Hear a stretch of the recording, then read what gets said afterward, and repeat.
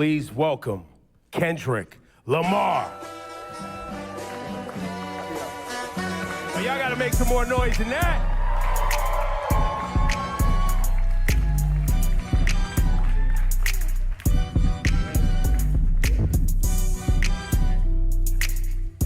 Good morning. How you doing? You know, Kendrick, it's a little bit surreal to actually see you in the flesh because you've always made it a point of just letting the music speak for yourself, which is something I really respect. But the spotlight has been shining so brightly on you for the past few months. I've just been wondering how you've been processing behind the scenes, how you've been feeling about everything happening, all the success. It's just really just I want to look at it like it's just a continuum of who I am, really. I've always stayed to myself, always been in my own bubble, whether it's with the fam or whether it's training. How I process it all is just, I continue to do what I was doing 10 years ago, and that's like, be better in myself, better in the craft, and not look at it as bright lights, you know? Mm-hmm. And it may sound cliche, but it always worked for me, even when I was younger, you know, playing sports or being in the forefront of presentations and stuff like that. It was like, I gotta look at myself in the mirror rather than looking at it as a crowd or, you know, fame and attention. So now, early days of your career, you know, Section 80 days, even early mixtapes, and you perfecting your craft as an MC. Did you ever think we'd be at the Super Bowl with this? I wasn't thinking about no Super Bowl. You never thought about the Super Bowl? I wasn't thinking about no Super Bowl for sure. We was thinking about the best verse and how we gonna split this $5 at Church's Chicken or something like that. It wasn't no Super Bowl. Going to the studio and getting a meal. But I think, well, what I know is the passion I have now is still the passion I had then. And I think that carried on to the Super Bowl. So it was all about being present. As long as I was present in the studio and present in whatever that line was or whatever that mistake was, rapping or doing hooks or choruses or whatnot, I was present in that moment. I felt that passion. I think being present and not actually foreseeing everything kept me in a grounded state of mind in order to be at, you know, big stages like this. That was a lot what this year was about too, right? Like you, I guess, you know, you took it and put it on your back and you felt like a line needed to be drawn, right? Was that, you know, was that your intent when you rolled out this year? Was like, yo, I'm drawing a line. Like, this is what it is.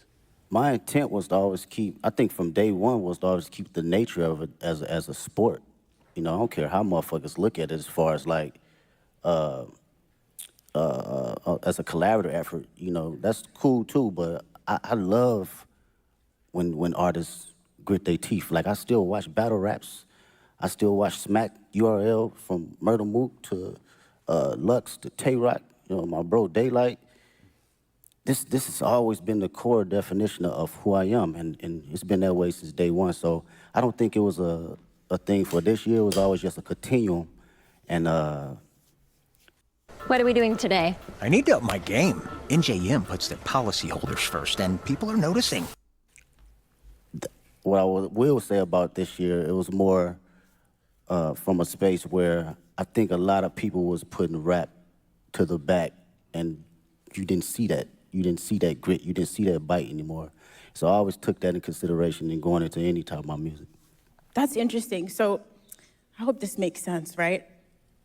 You know, we've been following your journey for about 15 years, and you have been so consistent in the messaging, in the focus, like you said, and you've always moved with integrity. So in a lot of ways, I feel like we thought we knew exactly who you were as an artist in a positive way. And then last year, it felt like you unlocked a whole new dimension for us. But that person, like you said, was always in there. But I'm wondering, do you still surprise yourself sometimes? Did you surprise yourself last year, or was it just us, the fans, with our jaws on the floor, just stunned? That's a good question.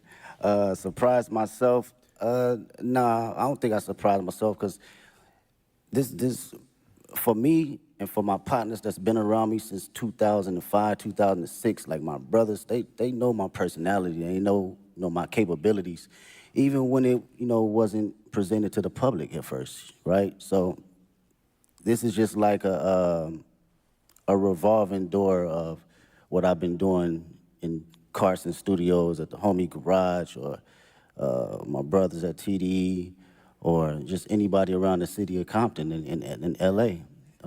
It's just magnified to the level where I've progressed it and did enough hours to know, okay, I know where to place it now. I know how to make it connect with people.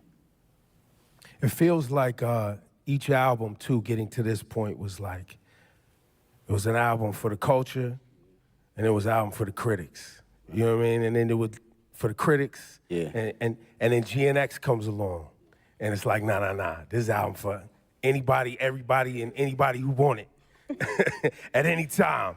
And you brought that energy, and the energy you brought on GNX was an energy that I don't think was really happening in hip hop. Like, it's a Public Enemy level energy. It's a Ice Cube, America's Most Wanted energy. For sure. Like, it's a classic, timeless energy.